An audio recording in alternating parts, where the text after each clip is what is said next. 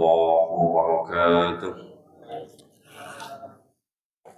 الحمد لله الذي أرسل رسوله بالهدى ودين الحق ليظهره على الدين كله وكفى بالله شهيدا. اللهم صل وسلم وبارك على سيدنا محمد وعلى آل سيدنا محمد. أما بعد. Hadratul Mukarramin Jamaah Masjid Baitur Rahmah, bapak-bapak, ibu-ibu yang insyaallah semuanya mendapatkan ridho dari Allah SWT. Marilah kita sama-sama mengkaji kitab Nashaihul Ibad, tepatnya membaca teks Nashaihul Ibad yang semoga bisa kita fahami dan kita amalkan dalam kehidupan sehari-hari kita. Namun seperti biasa, sebelum kita mulai membahas atau membaca kitab Nashaihul Ibad, kita kirim Fatihah untuk guru-guru kita. Semoga lantaran Fatihah yang kita baca, ilmu kita menjadi ilmu yang manfaat dan barokah. Ala dini ahwalikum salihah wa ala hadratin Nabi Mustafa Muhammad sallallahu alaihi wasallam wa khususan Syaikhul Qadir Al-Jilani wa khususan Syekh Shihabuddin Ibnu Hajar Al-Asqalani wa Syekh Nawawi Al-Bandani wa jami' asli qram min madrasat Qudsiyah wa mimma ditarulum minhum Syekh Arif, Syekh Raham, Syekh Awani, Syekh Muhammad Maslami, Syekh Muhammad Muhammad Fatih, Syekh Sulhati, Syekh Maskur wa Syekh Sa'ad Basar wa Syekh Sa'ad Ahmad Al-Qudsi. Ghafarallahu lahum wa syatra yubahum sya'lillah. Al-Fatihah. أعوذ بالله من الشيطان الرجيم. بسم الله الرحمن الرحيم. الحمد لله رب العالمين الرحمن الرحيم مالك يوم الدين إياك نعبد وإياك نستعين اهدنا الصراط المستقيم صراط الذين أنعمت عليهم غير المغضوب عليهم ولا الضالين. آمين. اللهم صل وسلم وبارك عليه وعلى آله. يا رب بالمصطفى بلغ مقاصدنا واغفر لنا ما مضى يا واسع الكرم يا رب.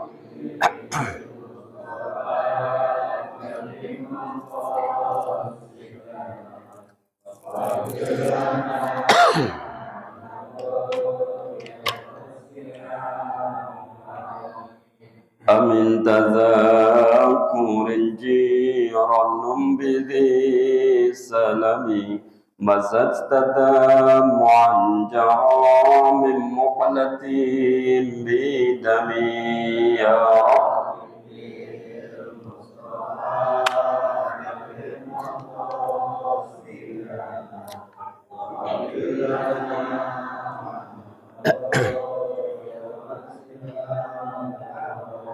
محمد سيد الكونين والثقلين والفريقين من عرب ومن عجم يا رب.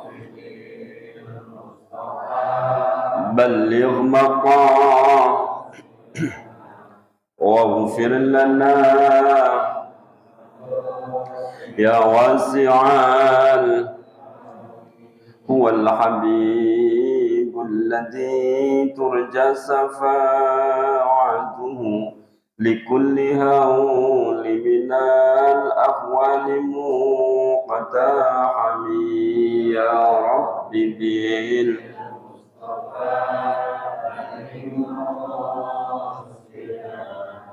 واغفر لنا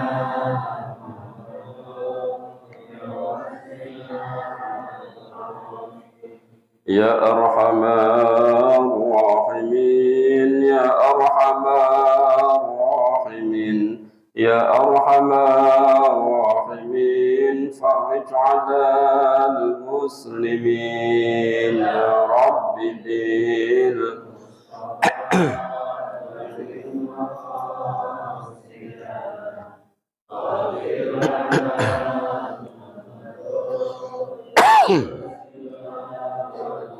Allahumma salli wa sallim wa barik alaihi wa ala alihi. Qala al-musannifu rahimallahu ta'ala wa nafa'ana bihi wa bi ulumihi fi daraini amin ya rabbal alamin.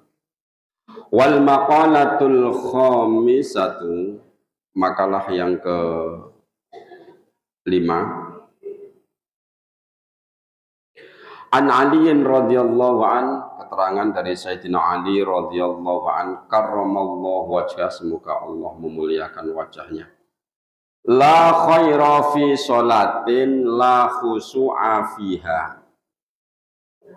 La khaira, tidak ada kebaikan itu maujud fi sholatin, di dalam sholat, la khusu'a, yang tidak khusuk fiha, di dalam sholat. Nah, kalau kita ngikutin ini kayaknya kita nggak baik semua. Ini kata Sayyidina Ali nih.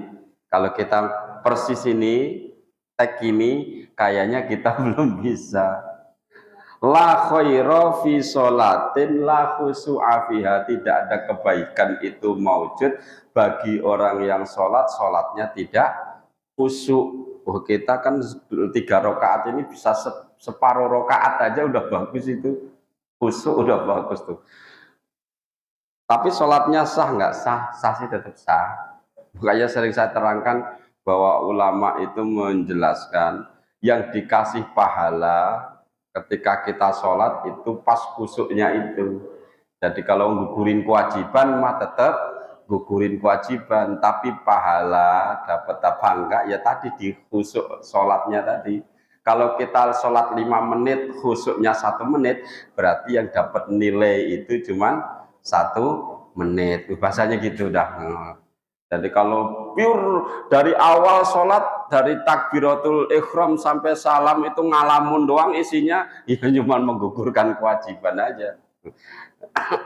Makanya sering saya terangkan dulu bahwa Sayyidina Ali pernah ditanya bagaimana sholatnya orang yang tidak khusyuk. Kata Sayyidina Ali tidak sah, tapi sama Rasulullah dites, ya kan, dites ketika Sayyidina Ali disuruh sholat pas tahiyat akhir itu memang diiming-imingi nama baginda Rasul mau dikasih hadiah gitu ya, bahasanya gitu dah, kalau nggak salah jubah yang tampilan 14 gitu, apa yang warna hijau, apa warna yang apa gitu, itu pas salam itu tergoda dia.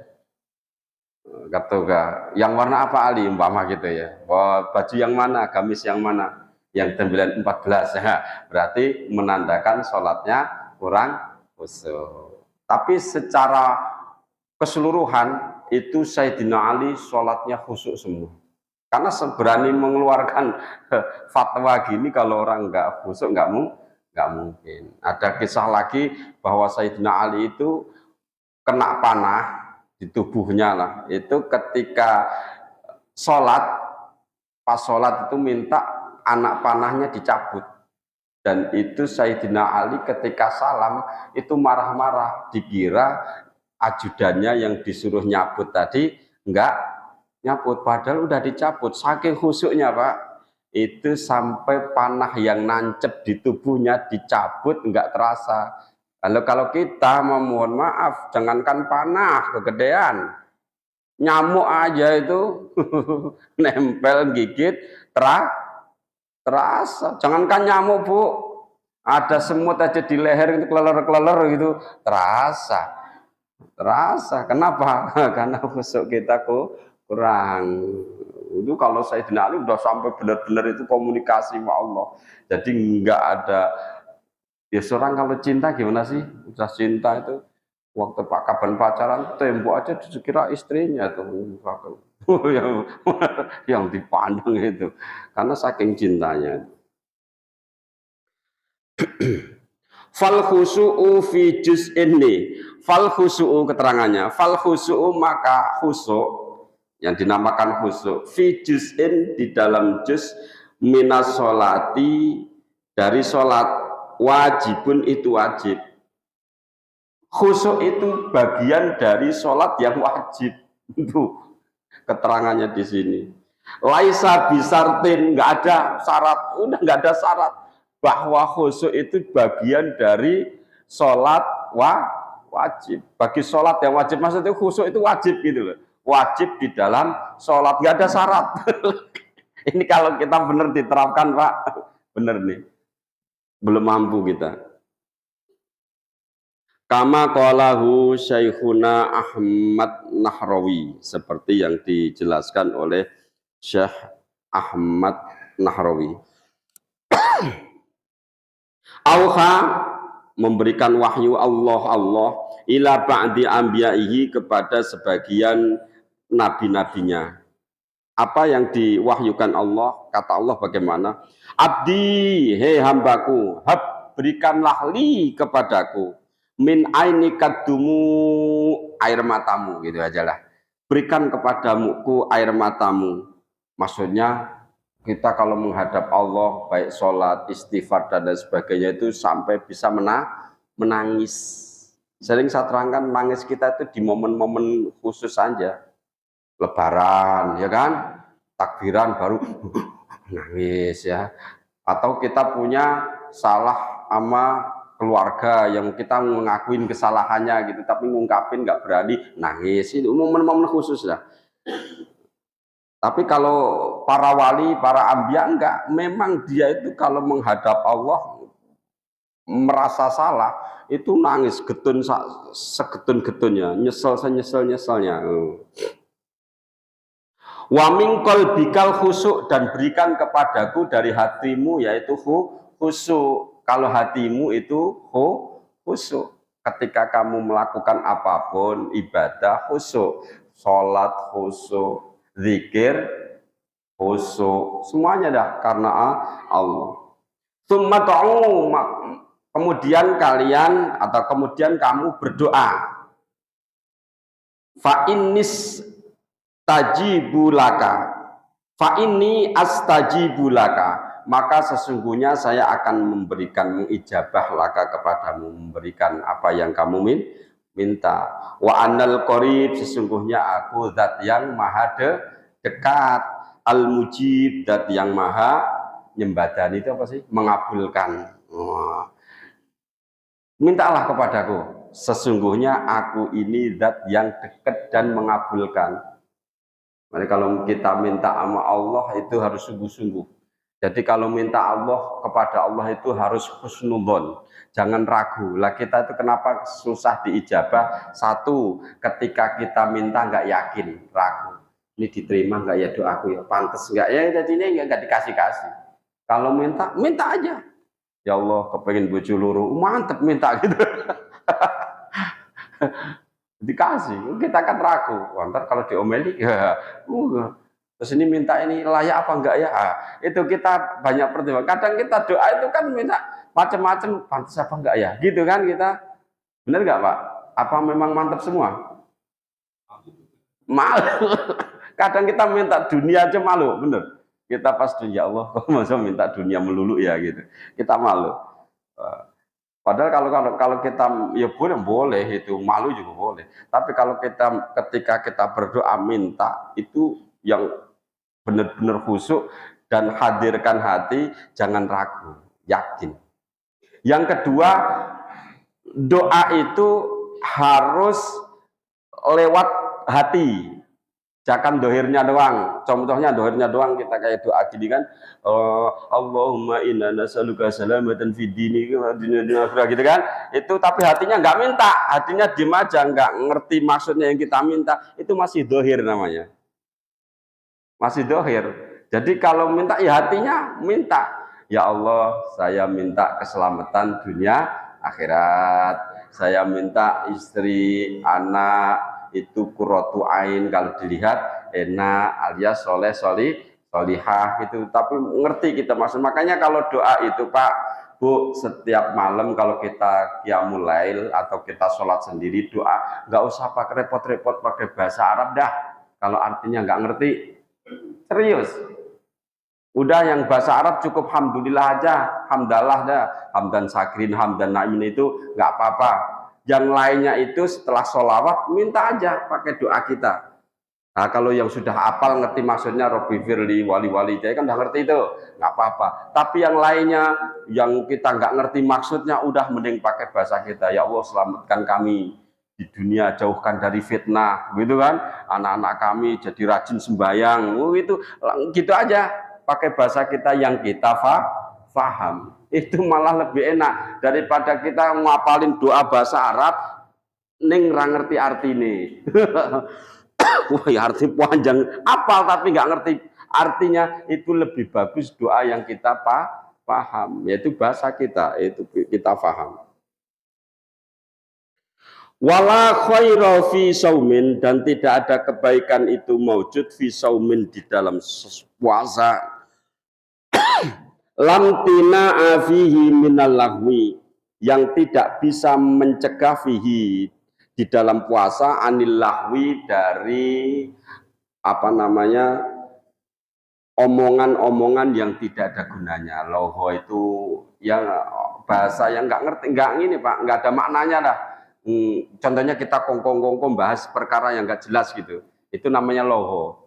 Karena orang loho itu cenderung masuk ke dalam hibah, ngomongin orang. Kita ngeriung gitu kan, ngobrol nggak jelas gitu, ngalor ngidul, itu namanya loho. Tapi kalau memang ada maksudnya nggak apa-apa. Jadi loho itu omongan yang apa ya Pak, bahasa enaknya ya? Kongko-kongko ya, yang nggak jelas, itu namanya loho.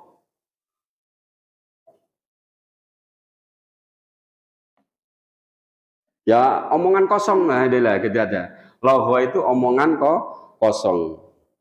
Ail kalami, yaitu pembicaraan, alladzi la faidata fihi, yaitu omongan yang tidak ada faedahnya. Itu namanya loho, omongan kosong yang enggak ada faedahnya. Wah. Kalau puasa itu ya puasa benar, jauhi perkara-perkara yang membatalkan puasa secara batiniah. Loho aja nggak boleh, apalagi hibah. Loho aja nggak boleh, apalagi namimah, adu domba, ngomongin orang, apa riak, pamer, nah itu nggak boleh. Makanya itu namanya perkara yang membatalkan puasa secara batiniah. Wala khaira fi qiraatin, dan tidak ada kebaikan fi qiraatin di dalam membaca lil Qur'ani, Al-Qur'an, kepada Al-Qur'an, la tadabbur fiha, yang tidak ada tadabbur, mengangan-angan isinya, fiha di dalam membaca Al-Qur'an. Kita membaca Quran sehari 1 juz, sehari 2 juz, tapi nggak ada ngangen-angen sedikit pun maknanya. Itu kalau di sini nih tidak ada kebaikan. Artinya apa? Ya ketika kita membaca Quran sambil diangan-angan maknanya, maksudnya. Caranya gimana? Ya tadi Pak, punya Quran yang ada terjemahannya paling tidak. Itu ketemu ntar kejanggalan, ini kok maknanya kok kayaknya siapa nggak paham nih. Tanyakan orang yang rada ngerti. Ini kok kayaknya kok kontras sih maknanya. Kadang gitu, benar nggak? Kadang kita baca terjemahan itu sama maknanya nggak nyambung loh Pak. Apa jauh gitu. Nggak paham lah, kitanya yang nggak paham. Nah, itu tanyain kepada orang yang ngerti. Supaya apa? Nggak tersesat. Jadi kalau membaca Al-Quran, angan-angannya maknanya diangan-angan. Itu pun juga salah satu obat hati. Jadi obat hati itu ada berapa? Tombol hati ada berapa? 5. Salah satu membaca Al-Quran ditadabur maknanya. Maknanya. Ai la nazara fi ahkamiha, yaitu tidak ada maknanya, tidak ada faedahnya, tidak ada kebaikannya bagi orang yang membaca Al-Quran tapi dia tidak mau mengerti hukum-hukum Al-Quran.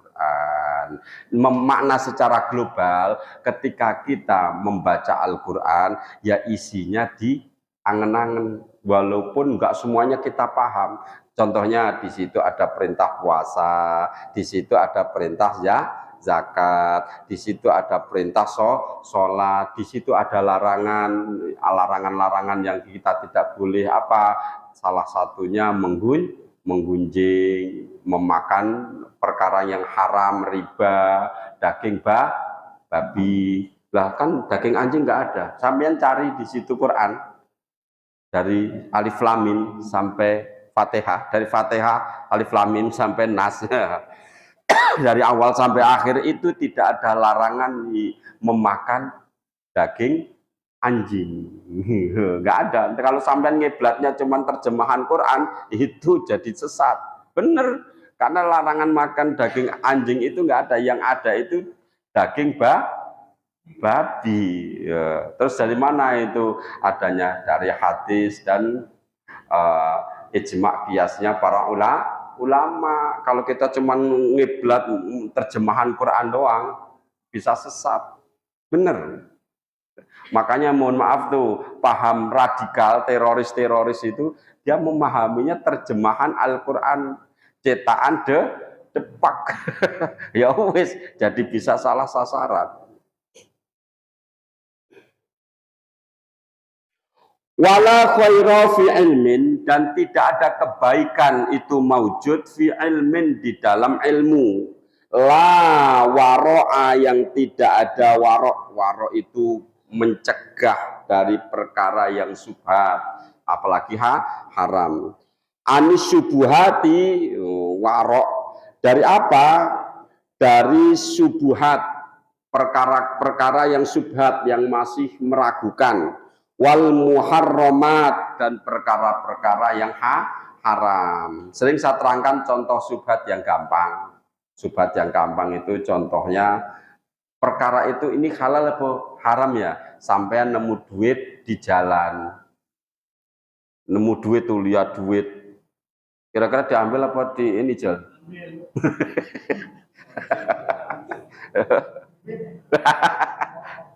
Tuh ada duit di jalan, nggak gede sih, 20.000 gitu kan. Itu subhat itu. Tapi subhat itu lebih cenderung ke haram. Kenapa? Orang yang kehilangan itu, ya, itu apalagi bocah cilik ya, kehilangan 20.000 itu puyeng Jol nyari. Mau kemana bolak-balik. Aku tadi lewat sini nih, cari-cari. Jangan anak kecil, orang tua aja ya. Hilangan 50.000 itu bisa balik 10 kali tuh. Aku tadi dari masjid lewatnya sini sampai rumah diputer-puter, matanya ada temu ojol.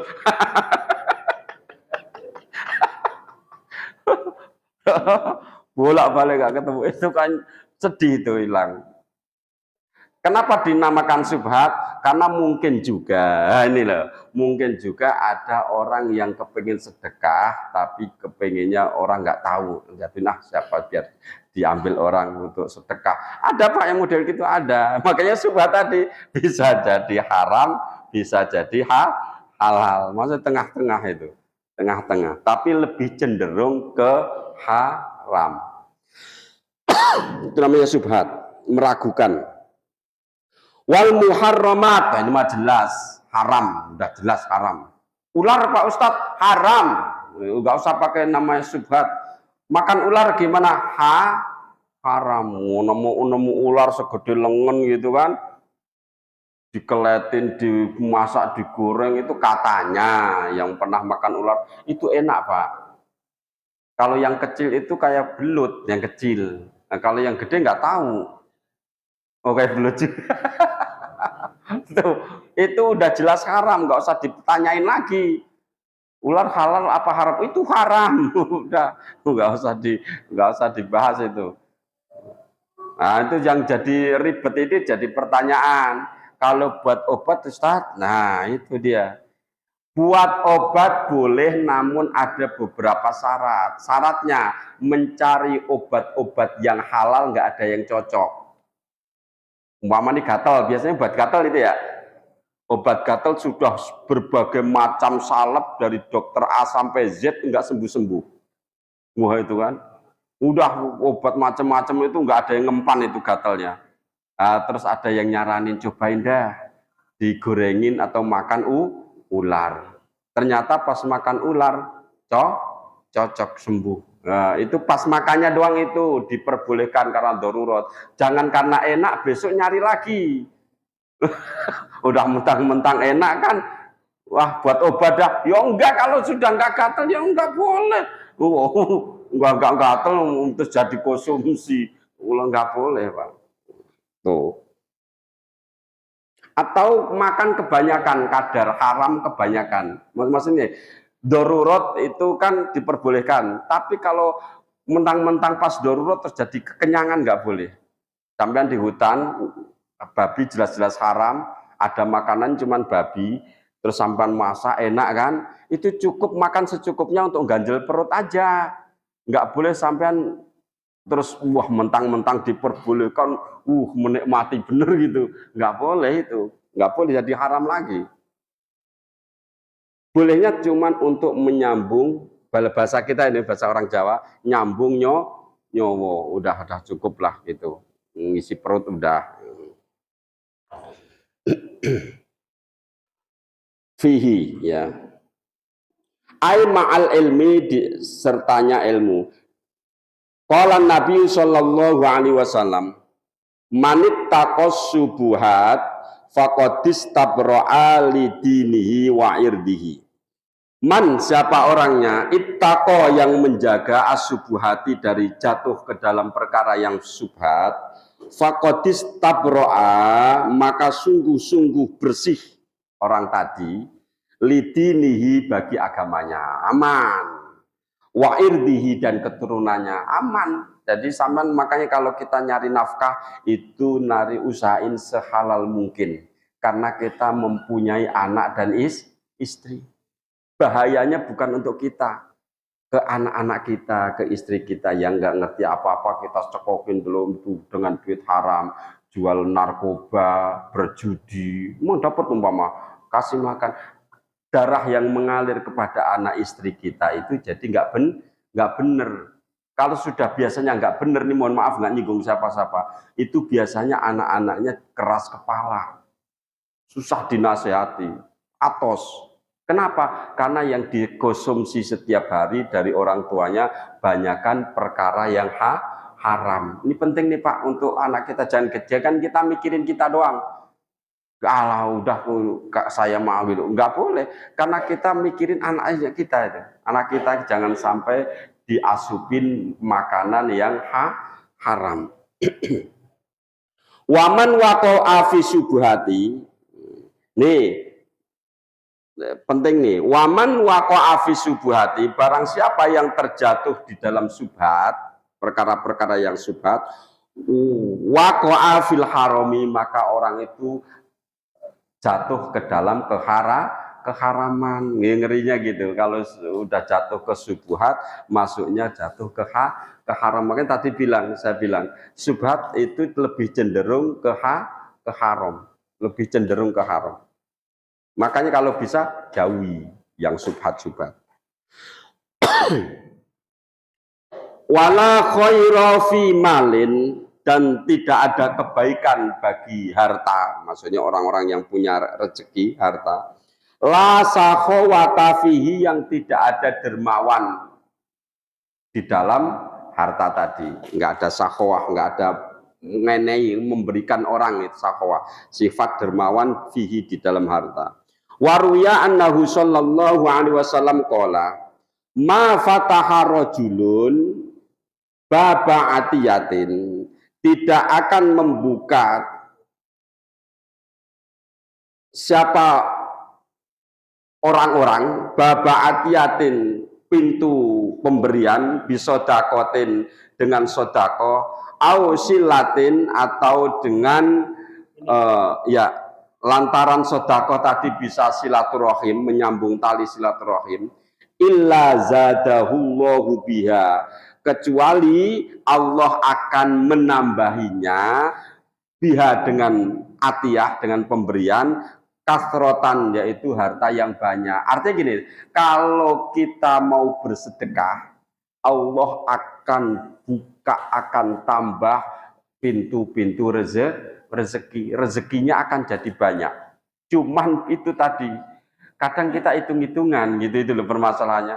Kalau aku punya duit 100.000, tak kasihin 10.000 jadi tinggal 90.000 dong. Nah, itu kadang kita jadi pelit itu. Nggak boleh gitu, ngasih aja. Kalau bisa aku masih ada yang buat makan. Nah, itu. Cuman itu berat bener, serius. Berat bener.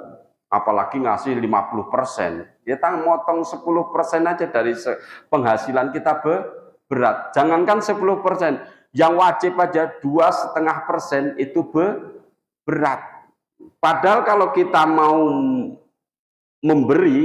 memberikan harta sebagian harta kita, maka Allah akan menambahinya lebih banyak.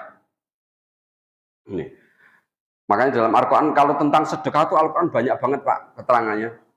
Ada yang dilipat gandakan 10, ada yang sampai 700 lebih, itu tentang orang bersedekah. Makanya Allah itu sangat-sangat cinta terhadap orang-orang yang mau bersedekah. Bahkan salah satu maghfirah Allah yang tidak disangka-sangka, yaitu orang yang sering bersedekah. Ya, ada sering kan dengar cerita wanita malam yang memberi minum anjing. Itu kan sedekah. Itu wasilah diterima tobatnya, wasilah dapatnya dia hidayah, itu gara-gara ngasih minum anjing pakai sepatunya. Itu sedekah sekecil itu. Sekecil itu.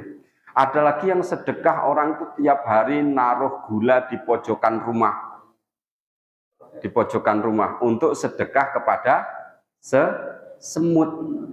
Itu makanya orang bersedekah itu macam-macam. Ada yang orang ke orang itu jauh lebih banyak. Ada yang dayaman dulu Pak, sedekah sederhana tapi penting. Zaman dulu tapi sekarang hampir nggak ada. Di depan rumahnya orang dulu biasanya ada kayak pagar itu, terus ada tempatnya itu dikasih kendi. Kalau dulu loh, itu kalau orang lewat Pak, itu minum tuh. Tapi ya, orang dulu juga mantep, nggak ada racunnya, nggak ada penyakitnya. Masih ada ya? Oh di kampung, ya itu sedekah tuh Pak, sedekah air yang itu pahalanya kita nggak nyangka-nyangka itu, pahalanya banyak banget. Kenapa? Kadang orang yang lewat kehausan nyari warung apa nggak bawa duit, itu kan glek enak itu. Apalagi mohon maaf nih, air kendi itu lebih nyes daripada air teko, lebih enak loh air kendi. Ya. Itu sedekah itu sedekah. Ya justru orang yang naruh itu nggak mikirin sedekah itu yang pahalanya gede. Kan udah nggak mikirin pahala dia kan. Nah, itu ngerti-ngerti ujuk-ujuk besok di akhirat ujuk-ujuk ada pahala yang numpuk. Kadang ngampuni dosa. Nah, itu kalau di kampung-kampung ada. Kalau di zaman tempat saya udah kayaknya udah nggak ada Pak. Masih ada. Bagus tuh. Nah, kalau kita mau ngadain di depan rumah nggak apa-apa tuh, siapin itu aqua, air mineral, aqua apa-apa, dikasih keran, kasih tempat minumnya itu kalau mau ngirit, bocah lewat, wah minum nih, tulisin di situ halal gitu, non bakteri, minum. Itu bagus itu kalau mau dilaksanakan. Wa ma fataha rajulun baba mas'alatin, dan tidak ada seseorang yang membuka pintu minta-minta, yuridu biha kasrotan, mengharapkan dari minta-minta itu supaya banyak harta maksudnya, illa zadahu Allahu biha qillatan, kecuali Allah akan memberikan kepadanya kilatan, kemiskinan, sedikit harta. Orang kalau minta-minta supaya jadi kaya, tunggu aja. Justru Allah akan membuka pintu kemiskinan. Makanya nggak ada orang minta-minta itu kaya Pak. Bener nggak? Nggak ada orang minta-minta itu kaya. Bener nggak Pak? Kalau kaya dia nggak minta, kuncinya itu dibalik aja. Oh dia punya rumah tuh gara-gara minta-minta, punya kebun, punya mobil, tapi kerjanya minta-minta, berarti dia miskin. Kalau sudah kaya ngapain minta-minta? Itu. Jadi orang miskin, orang minta-minta itu malah justru dibukakan pintu oleh Allah, pintu kemiskinan. Tapi orang dermawan yang kelihatannya hartanya berkurang, itu Allah buka pintu rezeki menjadi banyak.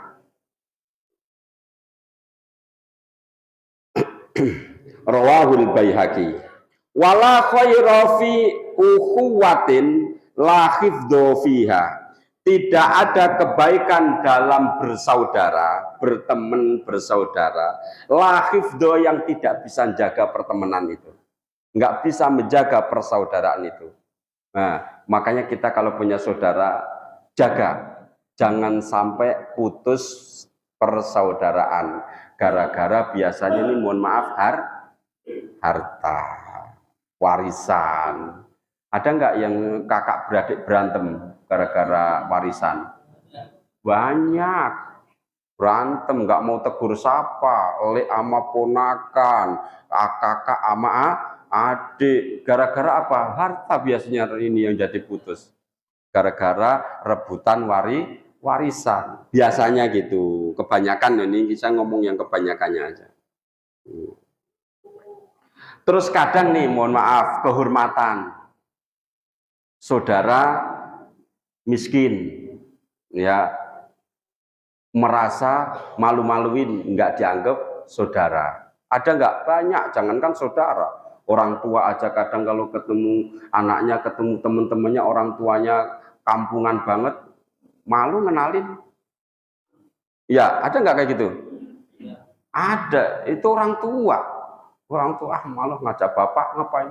Kampungan banget. Katrok. Nggak boleh itu. Nggak boleh.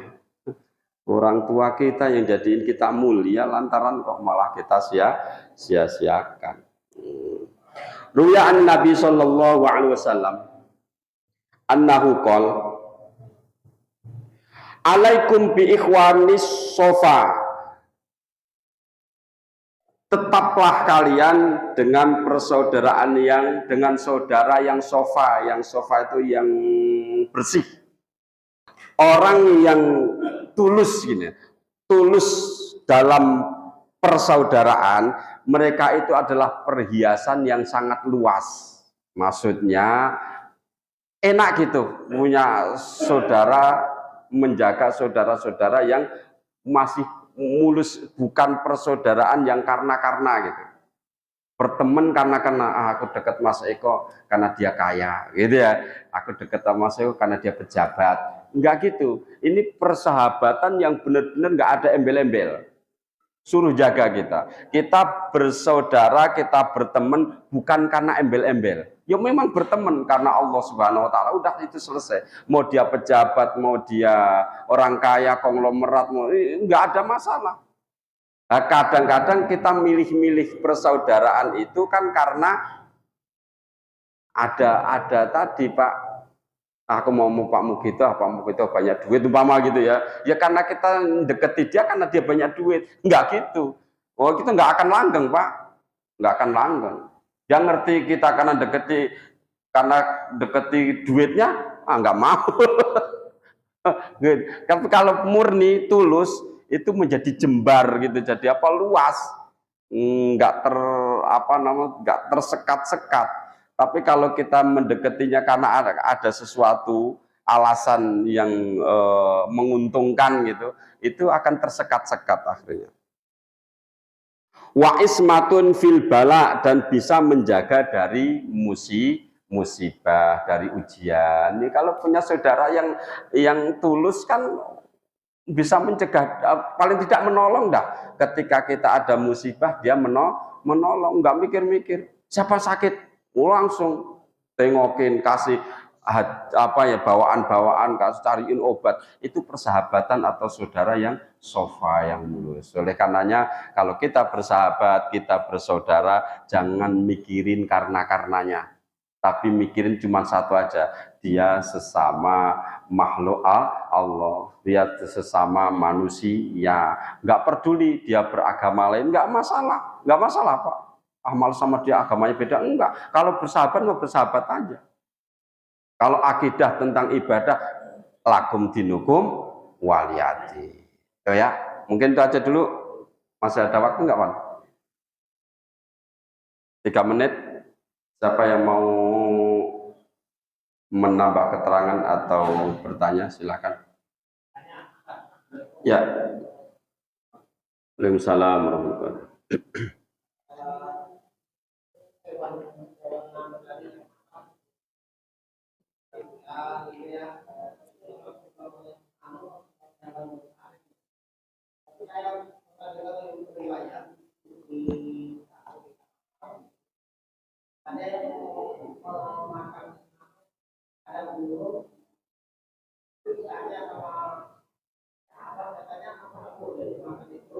Ya.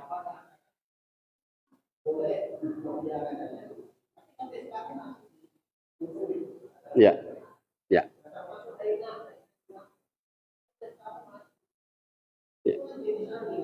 Ya. Ya, terima kasih. Itu yang kadal gurun itu kalau di sini itu disamakan orang nyebutnya biawak. Biawak. Nah, itu subhat, Pak. Ya, ya, itu namanya bahasa Arabnya apa ya itu. Tapi kalau persamaannya Indonesia itu biawak itu. Itu subhat itu, Pak. Subhat itu ada yang membolehkan, ada yang mengharamkan. Nah, yang subhat kayak gitu itu kalau bisa dijauhi. Itu loh, itu subhat, Pak. Aku istilahnya bahasa Arabnya apa lupa aku itu. Yang tadi kadal gurun tadi. Ya, paham, saya paham itu. Terus yang kedua haina. Kalau haina itu sejenis anjing, sejenis macan, Pak. Dia punya apa? Taring yang kuat dan kaki itu cakarannya kuat itu, Pak. Itu haram, Pak, itu. Itu haram jelas. Orang Arab ya saya lihat di YouTube itu bukan dimakan tapi dipelihara. Jadi ingon-ingon, kebanggaan gitu loh. Karena orang Arab itu yang kaya-kaya itu pada ngingu apa melihara macan, singa, salah satunya juga haina.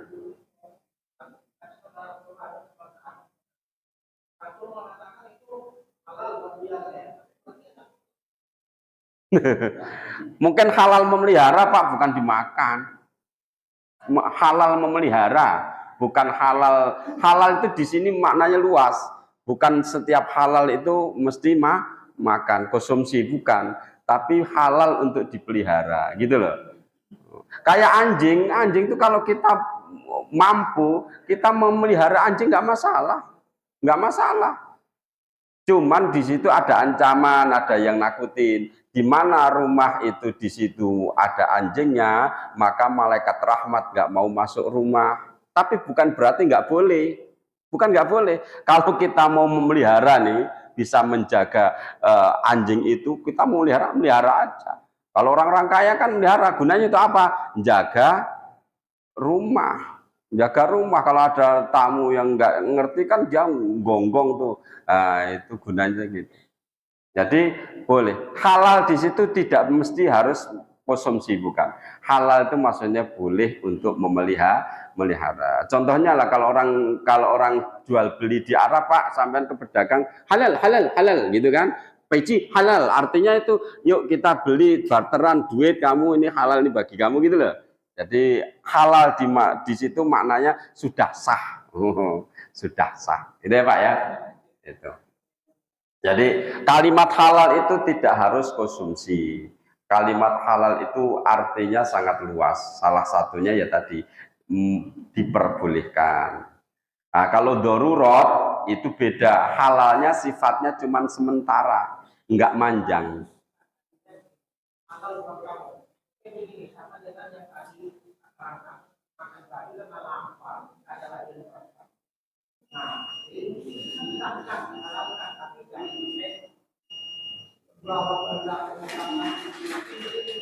Ya, intinya kalau darurat boleh ya, tidak. Kalau darurat boleh, tapi kalau enggak darurat enggak boleh. Kecuali untuk dipelihara ya. Tapi kalau untuk dimakan, halal itu mungkin karena orang terpaksa harus makan, nggak ada yang dimakan lain. Atau buat obat yang sudah nyari macam-macam obat nggak sembuh, itu jadi diperbolehkan. Gitu, Pak ya. Ya, itu aja dapat saya sampaikan. Kebetulan sudah Isya. Mari kita tutup sama-sama dengan bacaan Alhamdulillahirabbil alamin. Dari kami wabillahi taufiq wal hidayah. Assalamualaikum warahmatullahi wabarakatuh.